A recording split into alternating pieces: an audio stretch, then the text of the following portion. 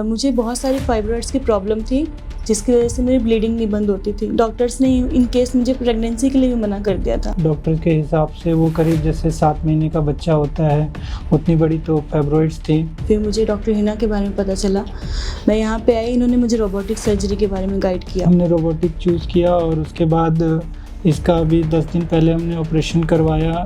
Within 2 days इसको discharge कर दिया और इसका हीमोग्लोबिन भी कम है और बीपी भी ज़्यादा रहता था, लेकिन रोबोटिक्स में हमें ऐसा कोई प्रॉब्लम नहीं आया। नमस्कार, मेरा नाम कविता शर्मा है।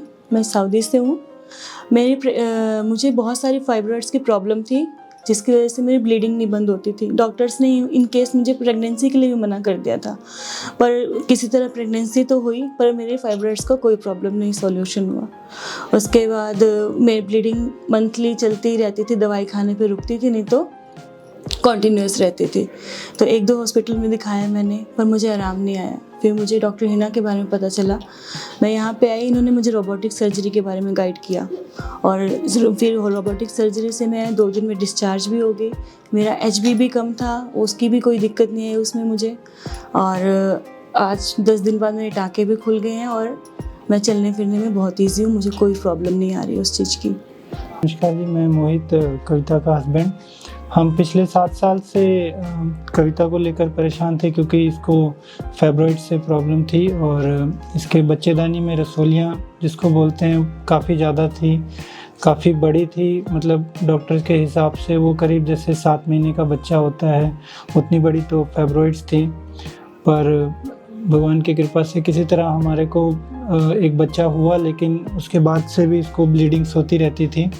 हमने और भी कई जगह 2 बार ऑपरेशन करवाए फाइब्रॉइड्स निकालने के लिए, लेकिन बार बार फाइब्रॉइड्स बढ़ जाते थे और फाइनल सॉल्यूशन जो हमें बताया गया कि बच्चेदानी निकालनी पड़ेगी। लेकिन हम लोग 7 साल से परेशान थे कि हम क्या करें, कैसे करें, कुछ समझ नहीं आ रहा था क्योंकि बच्चेदानी निकालना भी एक बड़ा प्रोसीजर था और उसके बाद हमें नहीं समझ में आ रहा था कि इसकी बॉडी पे क्या इम्पैक्ट होगा।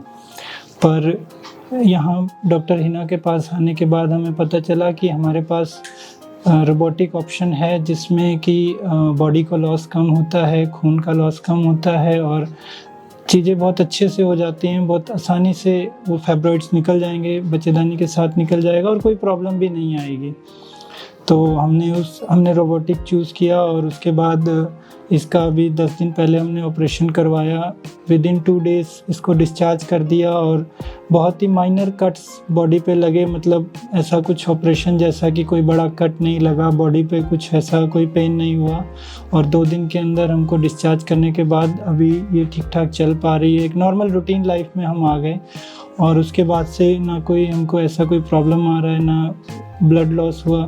इसके अलावा इसको हीमोग्लोबिन का भी प्रॉब्लम था कि इसका HB बहुत कम रहता था और डॉक्टर्स ऑपरेशन करने से पहले बोलते थे कि इसका हीमोग्लोबिन भी कम है और बीपी भी ज़्यादा रहता था, लेकिन रोबोटिक्स में हमें ऐसा कोई प्रॉब्लम नहीं आया। ना हमें ब्लड का रिलेटेड इशू आया, ना बीपी से रिलेटेड इशू आया और अभी हमारे साथ ही ठीक ठाक है और अभी हमारी ऑपरेशन के बाद इसका स्टेटस अच्छा है। अभी हम नॉर्मल लाइफ में रिटर्न हो पाए रोबोटिक सर्जरी के बाद। We are very thankful to Suhana hospital and doctor Hina Dhingra for giving us support, for giving us this option for robotic surgery and giving us a better solution, and we are happy with this facility and we recommend all to go with robotics if you find such kind of issue with you and your family members. Thank you.